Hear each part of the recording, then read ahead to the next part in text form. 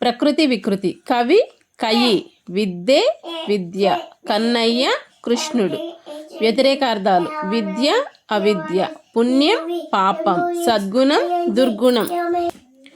ద్వంద్వ సమాసం అక్క చెల్లెలు, అక్క చెల్లి. తల్లి తండ్రులు, తల్లియును తండ్రియును. తండ్రి కొడుకులు, తండ్రి కొడుకు. ధర్మాధర్మములు, ధర్మమును అధర్మమును.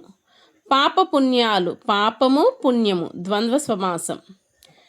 సంశ్లిష్ట వాక్యాలు అంటే సామాన్య వాక్యాలు రెండిచ్చారు, వీటిని కలిపి రాయాలి.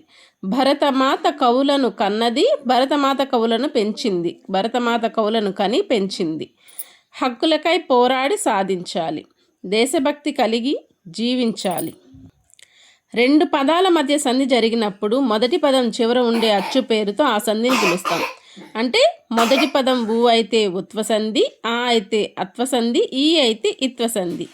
అయితే అత్వసంధి బహుళం, 4 విధాలుగా జరుగుతుంది అంటున్నారు. ఫస్ట్ ఏంటి? సంధి జరగడం. చూసిన ప్లస్ అప్పుడు, చూసినప్పుడు. అంటే ఇక్కడ అకారం ఉంది, ఆ ప్లస్ ఆ. పూర్వస్వరము లోపించి పరస్వరం ఆదేశం అవుతుంది. సీతమ్మ, సీత ప్లస్ అమ్మ సీతమ్మ. చాలినంత, చాలిన ప్లస్ అంత. వచ్చినందుకు, వచ్చిన ప్లస్ అందుకు. అంటే ఇక్కడ సంధి జరిగింది. సంధి జరగకపోతే ఏమవుతుంది? యా వస్తుంది మధ్యలో, అప్పుడు ఎడాగమం అవుతుంది సంధి. మేనత్త, మేనత్త ప్లస్ మేనయత్త. సంధి జరిగిన రూపము ఎడాగమ రూపం. వికల్పం అంటే ఒకసారి సంధి జరగడము, ఇంకొకసారి సంధి జరగకపోవడం. ఒకానొక, ఒక ప్లస్ ఒక.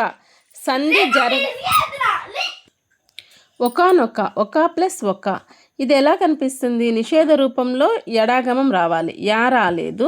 సంధి జరిగితే ఒక్కొక్క అని వస్తుంది, అంటే అర్థం మారిపోతుంది. రెండు నిషేధ రూపము కాకుండా, సంధి జరిగిన రూపము కాకుండా వేరే విధంగా జరిగింది కాబట్టి దీన్ని అన్ని విధంగా వచ్చిన రూపం అన్నారు. ఇవన్నీ అత్వసంధికి ఉదాహరణలు.